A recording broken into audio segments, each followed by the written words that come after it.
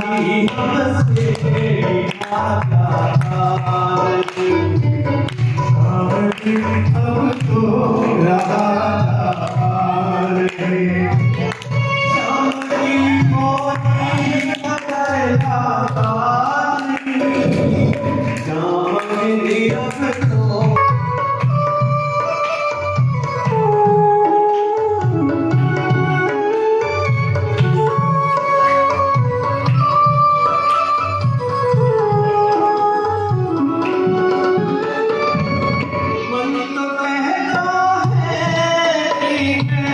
मछली बनो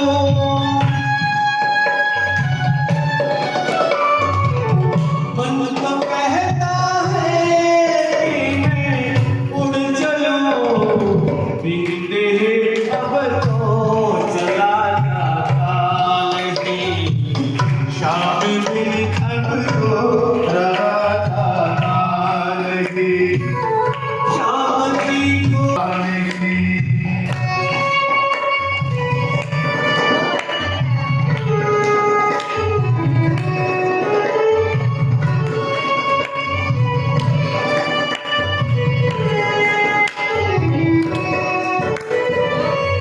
दिल में क्या है कन्हैया क्या करूं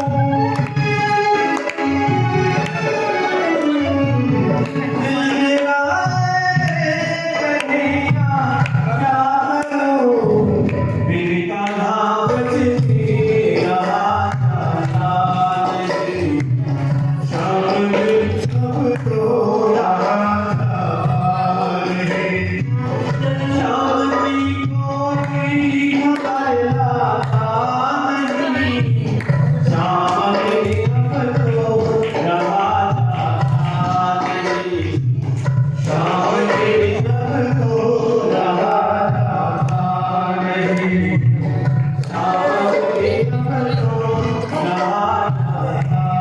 साढ़े फोन च गेम खेलते हैं।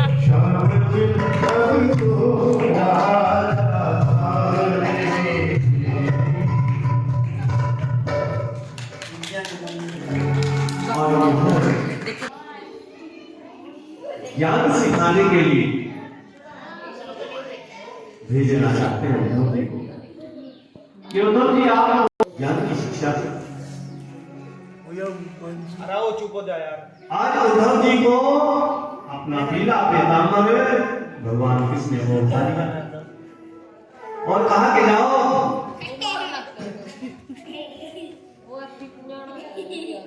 आज उद्धव जी उन गोपियों के बीच पहुंच चुके हैं।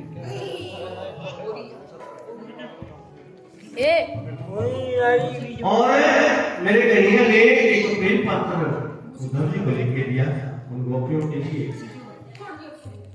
जब सारी की सारी गोपियां और राधा उद्धव जी को घेर करके खड़ी हो गई कि हमारे श्याम सुंदर ने हमारे लिए क्या संदेशा भिजवाया। उद्धव जी ने कहा तुम्हारे लिए ये प्रेम पत्र भिजवाया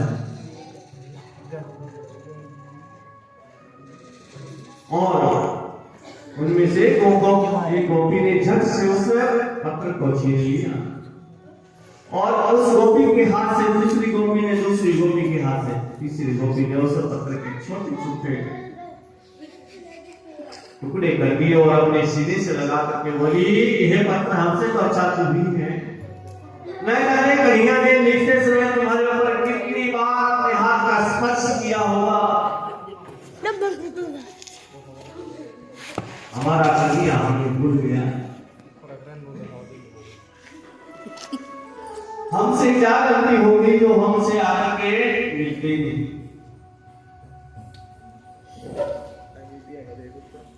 और आज उद्धव जी राधा रानी के सामने और सभी गोपियों के सामने ज्ञान की शिक्षा देने लगे। ये गोपियों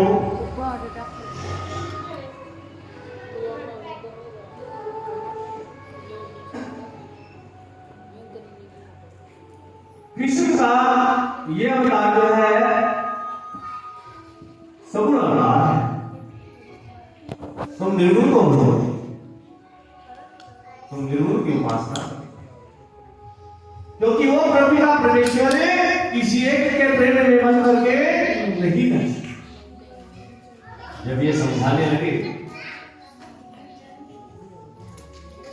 और राधा रानी कहने लगी, उद्धव जी जरा उधर तो देखो, हर एक गोपी उस प्रेम पत्र के टुकड़े को अपने हृदय से लगाए हुए आंखों से अश्रु बहा रही है, उसे पत्र के टुकड़े को अपने हृदय से इसी प्रकार लगा रहा है कि जैसे साक्षात स्वयं श्री कृष्ण से मिलने के लिए आया।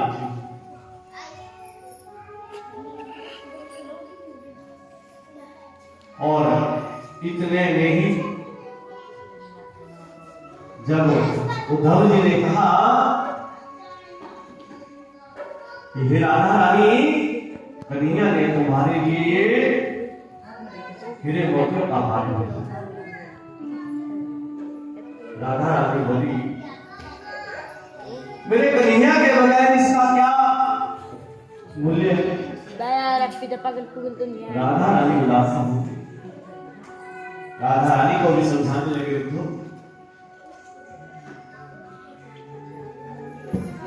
ये तो केवल निर्गुण ब्रह्म की उपासना करो, इसीलिए तुम्हारा कल्याण है। अन्यथा आठों कहे जिससे उनके विरह में होती रहोगी, विरक्ति रहोगी। तुम्हें श्री कृष्ण के दर्शन बिल्कुल भी प्रीत मोह हमसे की इस भरोसे पे की,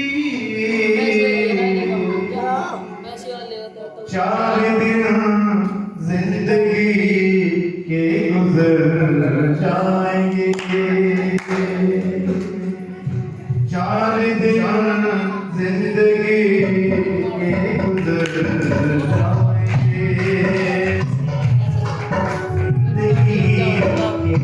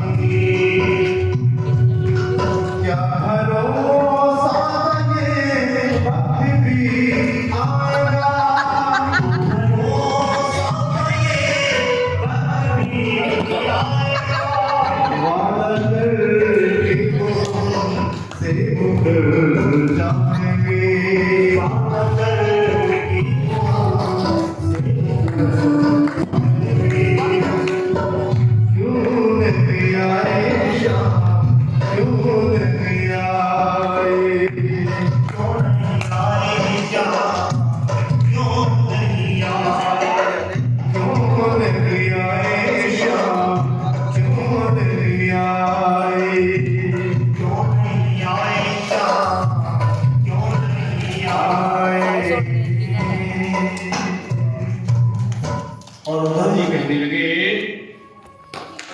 इतना दर्शन पाने के लिए बड़े बड़े योगी जन ऋषियों ने रात दिन तपस्या करना वर्षों निवास रहकर उनके चरणों का ध्यान करते। क्या तुम सब रोकर उनके दर्शन पाओगे? मैं कहता हूँ मेरे ज्ञान से सब कुछ मिल जाएगा और तुम्हारी जितनी भी मन की मनोकामनाएं हैं वो सब पूर्ण हो जाएगी। और उदाहरण अंतर्यामी भगवान श्री कृष्ण जी उद्धव के मन में उत्पन्न ज्ञान के अभिमान को जानते हैं। उसी क्षण अपनी माया प्रकट करके राधा रानी के पास पहुंच गए और उनके कंधे पर अपना मस्तक रखकर उन्हें आलिंगन कर दिया। उद्धव कृष्ण मुरारी को मौन पर पितामह धारण किए राधा रानी के निकट खड़े मंद मंद मुस्कुराते हुए देखकर अत्यधिक आश्चर्य में पड़ गए। उस समय भगवान श्री कृष्णचंद्र की शोभा देखने लायक थी। राधा रानी उनके बगल में खड़ी खड़ी मुस्कुरा रही। महात्मा श्री सुखदेव जी राजा परीक्षित से कहने लगे कि हे राजा ने भगवान की अहल्या देखकर उद्धव जी का अभिमान नष्ट हो गया। वे दीनहीन होकर के भगवान श्री कृष्ण जी के चरणों में लेट गए और उनकी स्तुति करने लगे। अभिमान में पड़कर आपकी माया को भूल गया, मुझसे बहुत बड़ा अपराध हो गया। आप जगत के सृजनहार है, पालनहार है, सर्वत्र यानी कि हर जगह आपकी ही माया है और कण कण में आप विद्यमान हैं। मैं इस बात को बिल्कुल भूल गया।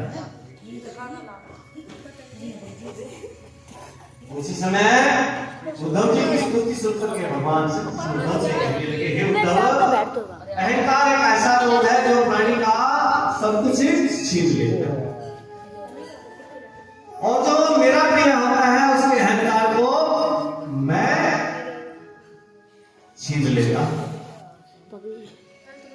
तुम मुझे अत्यधिक प्रिय हो, तुम्हें गोपियों को ज्ञान का उपदेश देने के लिए मैंने इसलिए भेजा कि तुम्हारे मन में बस अभिमान का विकास हो। उद्धव, मेरा सगुण अवतार है, जो प्राणी मेरे सगुण अवतार है, मेरे इस सगुण अवतार खड़े हुए देखकर लोग क्या कहेंगे, ये जल्दी से क्या। और राधा रानी जी के कहने पर जब उद्धव जी उठे, उन्होंने अखियों को खोला तो वहां पर तो लीला बिहारी बिल्कुल भी नहीं, लेकिन राधा रानी जी के बगल में खड़े होकर के दर्शन दे गए और बात भी कर गए उद्धव जी।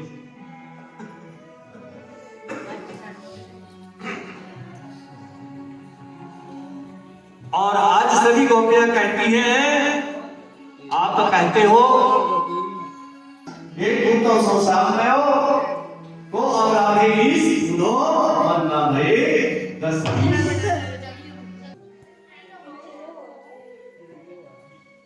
और गोपियां कहने लगी, हे उद्धव जी, उन्होंने हमारे लिए ज्ञान वैराग्य भेजा था, वह हमारे किसी भी काम का नहीं है। तो एक क्षेत्र में सुरभ जी और एक क्षेत्र में रोहित जी भगवान की कथा में नाम दे रहे हैं। एक क्षेत्र के लिए जोरदार तालियां। ज्ञान वैराग्य भेजा है वो हमारे किसी काम का नहीं। और उसके बाद उद्धव जी नंदराय जी के पास गए, उनसे विदा दी। मैया ने कन्हैया के लिए माखन मिश्री तो मानता नहीं है। आजा पैक करके दी कि न जाने वहां मेरे कन्हैया को किसी ने माखन मिश्री खाने के लिए दी होगी और इस लाभ में तो मिलत कर बच्चों का रोने और आज उद्धव जी वापिस से भगवान कृष्ण के पास आ गए। आज कन्हैया से उद्धव जी कहने लगे, तुम कितने निष्ठुर हो, तुम्हारे प्रेम में गोपियां विवल हो रही हैं। अरे तुमसे कितना प्रेम करती हैं गोपियां। तुमने मुझे ज्ञान की शिक्षा देने के लिए भेजा था, मैं उनके सामने अपना सारा ज्ञान ही भूल गया, ज्ञान उनको ज्ञान।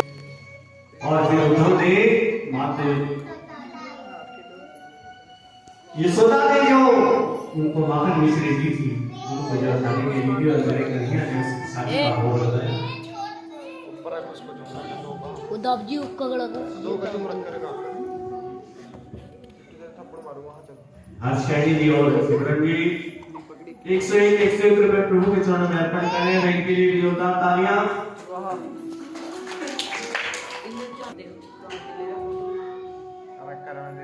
अब मुझे और बेटे,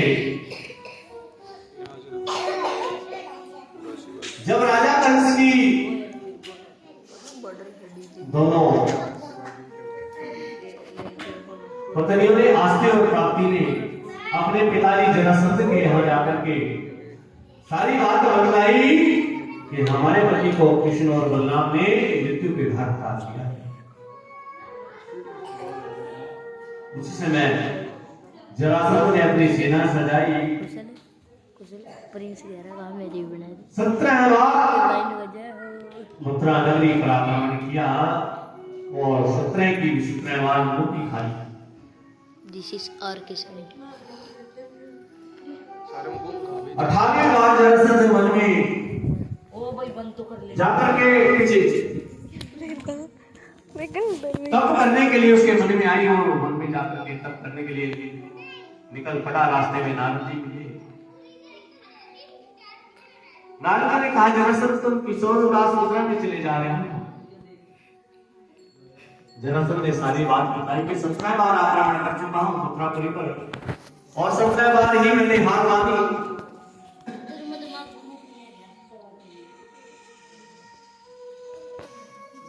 नारद जी ने कहा कि भाई तुम अपने मित्र काल्यावन को भूल गए। अरे वो मलेच्छों का राजा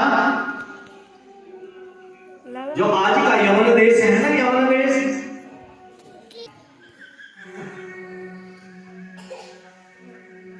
कि तुम उसको अपने पक्ष में युद्ध करने के लिए क्यों नहीं युद्ध करने देते हैं? जरासंध बोला कि भाई मैं अपने किसी गुप्तचर को भिजवाऊंगा तो बहुत देर हो जाएगी। आप तो क्षण भर में एक स्थान से दूसरे स्थान पर पहुंच जाते हैं। कि आप ही मेरे उस मित्र को मेरे प्रति जो संदेशा जो लाना। नारद जी ने उस समय काल्यावन को संदेशा दिया कि भाई तुम्हारे मित्र ने तुम्हें मारा, उसके पीछे गिरो। काल्यावन अपनी सेना सजा करके जरासंध के साथ मथुरा पर आक्रमण करने के लिए तैयार होते। इधर नारद जी ने कृष्ण बलराम दोनों को अवगत कराया कि काल्यावन नाम है। अब उसी समय मेरे कन्हैया ने समुद्र से 12 योजन भूमि मांगी और समुद्र देवी को 12 योजन भूमि देगी। उस समय कन्हैया ने विश्वकर्मा को बुलाया और कहा कि रात्रि के अंधकार में इस पूरे समुद्र में आपने द्वारिकापुरी का निर्माण करना और जब निर्माण पूर्ण हो जाए उसी समय मथुरा नगर के 17 निवासियों को आपने वहां ले जाकर के लिटा देना। और विश्वकर्मा ने बिल्कुल वैसा ही किया। बहुत ही सुंदर है। द्वारिकापुरी का समुद्र के गर्भ में जो है निर्माण किया 12 योजन। उसके बाद रात्रि में जब मथुरा नगरी के लोग सो रहे थे, सबको उठा करके वहां पर जो है सिद्ध कर दिया। बोलिए श्री कृष्ण चंद्र बलदेव की जय। अगले दिन काल्यावन जरासंध से सेना सजा करके आया। बलराम ने कहा कन्हैया इसको मृत्यु में घाट डाल दो। कन्हैया बोले नहीं भाग, अभी हम इसका मुकाबला नहीं कर सकते। और कृष्ण बलराम दोनों जो है युद्ध छोड़ करके भागे। काल्यावन भगवान विष्णु के पीछे पीछे कहा रण को छोड़ करके कहां भागा जा रहा है? आकर के मेरे साथ युद्ध करो। और आज कन्हैया उस काल्यावन से छुपते छिपाते गंधर्वादन पर्वत की गुफा में प्रवेश करते। उस गुफा में राजा मुचुकुंद सोया हुआ था। उसको अपना गौशाला उड़ा दिया, अपना पीताम्बर उड़ा दिया। आपने आप गुफा में जाकर देख सकते हैं। जैसे ही काल्यावन गुफा में आया और देखा अच्छा रण छोड़, युद्ध को छोड़ करके, रण को छोड़ करके यहाँ गौशाला तोड़ करके सो रहा है। एक जोर से लात आई उठे मेरे साथ युद्ध का। आज जैसे ही राजा मुचुकुंद जी को उस काल्यावन की लात पड़ी, उनकी निद्रा खुली और जैसे उनकी निद्रा खुली उनकी दृष्टि काल्यावन के ऊपर पड़ने से काल्यावन जल करके भस्म हो गया। बोलिए श्री कृष्ण चंद्र बलदेव की क्योंकि भगवान ने आर्यन को सुई नहीं मारा, क्योंकि उसकी मृत्यु जापान की दृष्टि पड़ने से मुझे अजर करके भस्म हो गया, क्योंकि उसके हाथों से उसकी मृत्यु का विधान कर लिखा हुआ।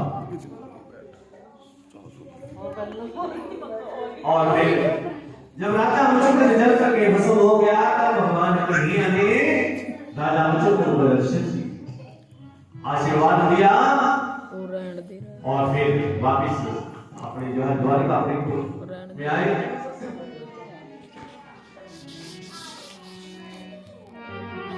और कुछ दिन और बीते और इधर राजा विश्वकी की कन्या रुक्मिणी नारद जी के मुख से भगवान विष्णु का वरदान सुन करके, उनके रूप का वर्णन सुन करके वो भगवान विष्णु को अपना दिल दे गए। भगवान विष्णु को अपना पति मान रहे और राजा विष्णु का बेटा अपनी बहन का विवाह शिशुपाल से कराना था।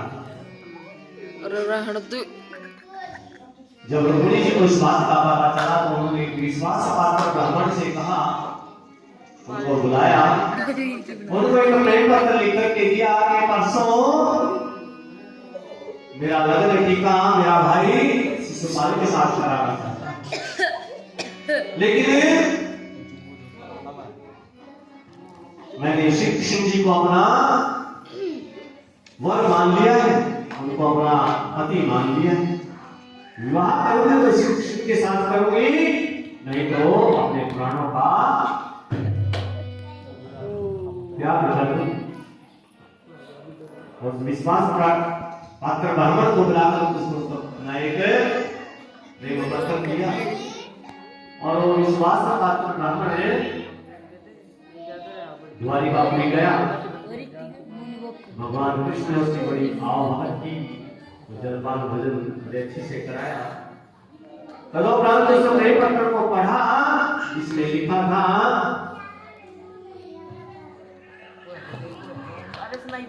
कि नारद जी के मुख से आपके बारे में सुनकर मैं आपका दिल दे गए और विवाह करूंगी तो देर लाभ से शिशुपाल से कराना चाहता हूं। मैं अपने कुलदेवी का पूजन करने के लिए आऊंगी, आप वहीं से मेरा हरण कर लेना। बोलिए श्री कृष्ण चंद्र बलदेव की जय।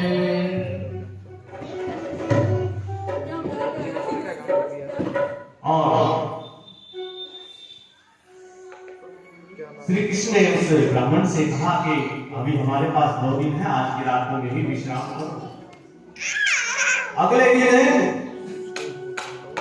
अपने साथ के दारुक से कहा कि रथ सजाओ, और दारुक ने रथ सजाया।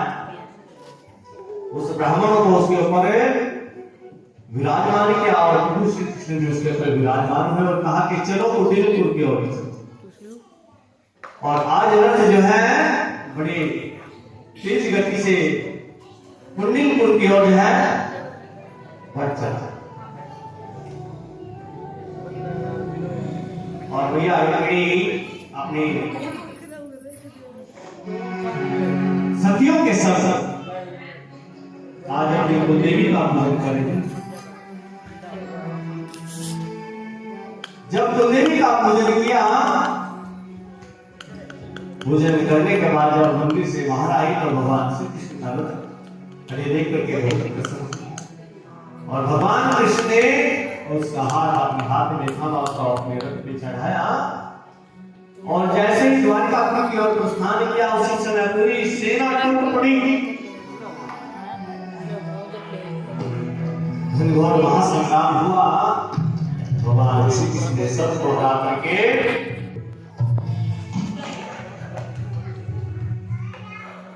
माता पिता बहुत प्रसन्न हुए वसुदेव और देवकी।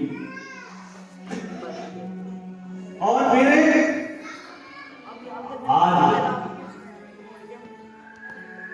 जितनी भी सखियां हैं भैया की वो सब और को जो है गहनों से सजा रही है और अच्छे से मेहंदी लगा आज मैया रुक्मिणी सब सखियों से क्या कह रही है कि आओ मेरी सखियों मुझे मेहंदी लगा दो मुझे शाम सुंदर की दुल्हन बना आओ मेरी सखियों मुझे मेहंदी लगा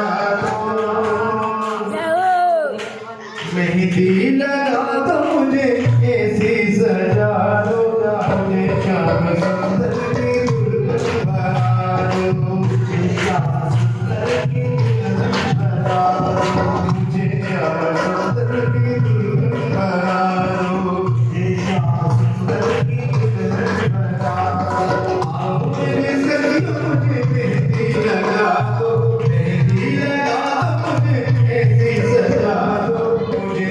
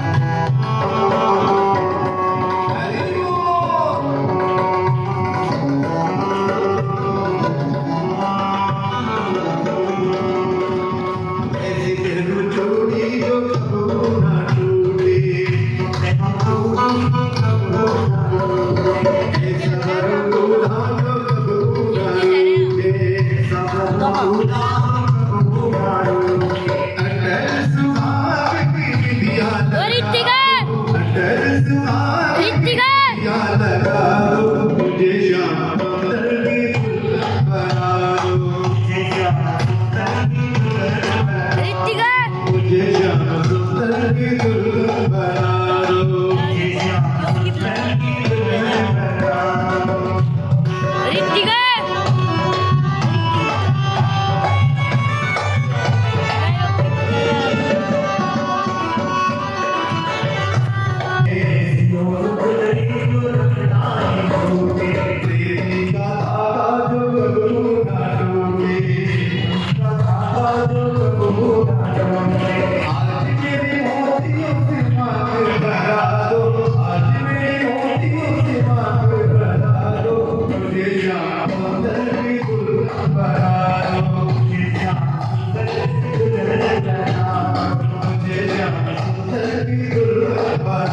वो देख रहे कुछ लोग चौक रहे हैं ये नाच रहे देख ये नाच रहे देख साला ये चौक कर दिया कुछ जमा वो गड्ढे देख वो बैठे देख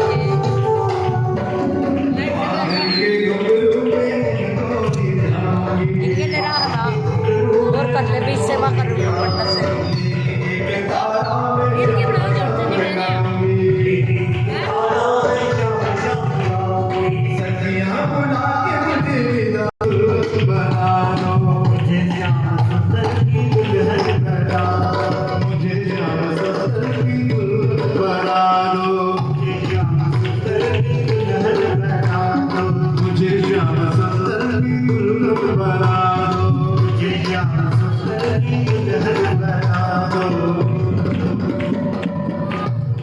नहीं से बोलिए श्री कृष्ण चंद्र देव की जय। और भाई अब मैया रुक्मिणी का कन्यादान होगा। आज भगवान कृष्ण सुंदर से घोड़े पर विराजमान और मैया रुक्मिणी जो है दुल्हन के रूप में, तो दोनों की जोड़ी बड़ी महान लग रही थी। तो इस भजन के दौरान सभी ने मैया रुक्मिणी का कन्यादान करना है भाई, जो आज के जमाने है वो भी और जो नहीं है वो भी। आप सभी ने मैया रुक्मिणी का और भगवान कृष्ण जी का आशीर्वाद लेना है। मैया रुक्मिणी का कन्यादान करते हुए उनके चरणों का आशीर्वाद लेंगे। आज दूल्हा बने हैं नंदलाल, आज दूल्हा बने हैं नंदलाल के जोड़ी का जवाब नहीं। दूल्हा बने हैं नंदलाल, जोड़ी का जवाब नहीं। के जोड़ी का जवाब नहीं, जोड़ी का जवाब नहीं, जोड़ी का जवाब नहीं, जोड़ी का जवाब नहीं। दूल्हा बने हैं नंदलाल जोड़ी का जवाब नहीं। दूल्हा बने हैं नंदलाल, जोड़ी का जवाब नहीं।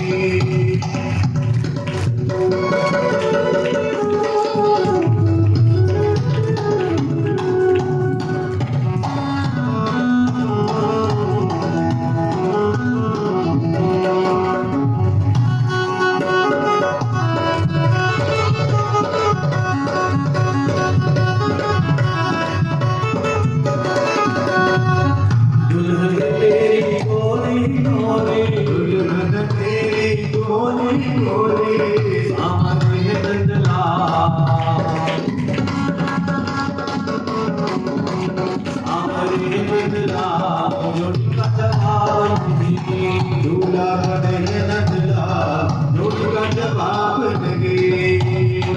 जोड़ी का जवाब नहीं, जोड़ी का जवाब नहीं, जोड़ी का जवाब नहीं, जोड़ी का जवाब नहीं। दूल्हा बने नंदलाल जोड़ी का जवाब नहीं। दूल्हा बने हैं नंदलाल, जोड़ी का जवाब नहीं।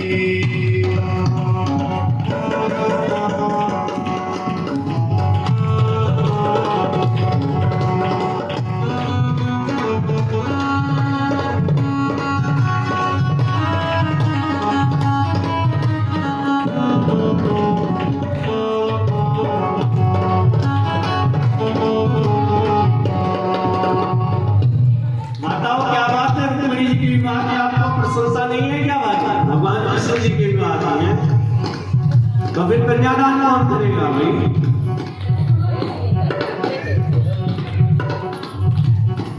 दुल्हन मेरी पहलों वाली, दुल्हन तेरी बहनों वाली, दुल्हन मेरी पहलों वाली, दुल्हन तेरी बहनों वाली। या चरावे नंदलाल, जय हो। या चरावे नंदलाल जोड़ी का जवाब नहीं। दूल्हा बने हैं नंदलाल, जोड़ी का जवाब नहीं। जोड़ी का जवाब नहीं, जय हो। जोड़ी का जवाब नहीं, जोड़ी का जवाब नहीं, जोड़ी का जवाब नहीं। दूल्हा बने नंदलाल जोड़ी का जवाब नहीं। दूल्हा बने हैं नंदलाल, जोड़ी का जवाब नहीं। दिल तुषार नाम की अरे ज्योति जगाए, आएगा आएगा आएगा मेरा सामना, दिल से आएगा मेरी वाला रे, दिल से बुला के आएगा मेरा सामना।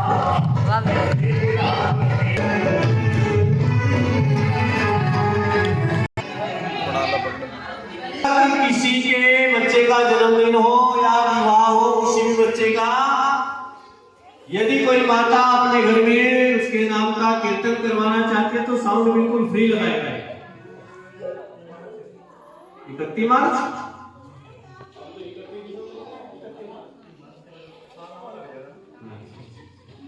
मार्च तक चलो भाई, इसमें नहीं भी आ जाएगा, फ्री साउंड लगाया जाएगा।